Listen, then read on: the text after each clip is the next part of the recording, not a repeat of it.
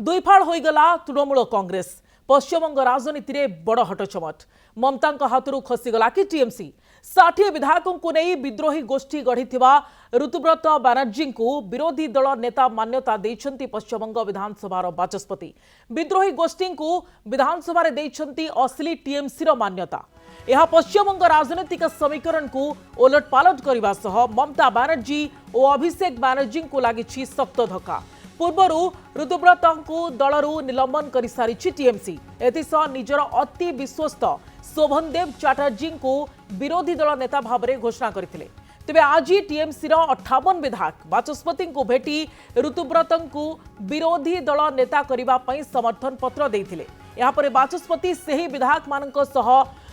जन जन करी आलोचना करने पर अपराह 4टारे ऋतुव्रत को विरोधी दल नेता भाव में घोषणा करते सांबादिक सम्मेलन कर ऋतुव्रत अभिषेक उपरे बर्षिबा सहित ममता को टीएमसी विधायक दलर मुख्य उपदेष्टा होगाकू चिठी लिखिबे बोली कहिसंती। सूचनायोग्य जे निर्वाचन में टीएमसी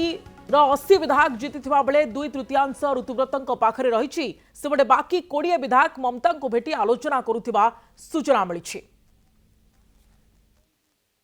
এই পশ্চিমবঙ্গ অষ্টাদশ বিধানসভার ভেতরে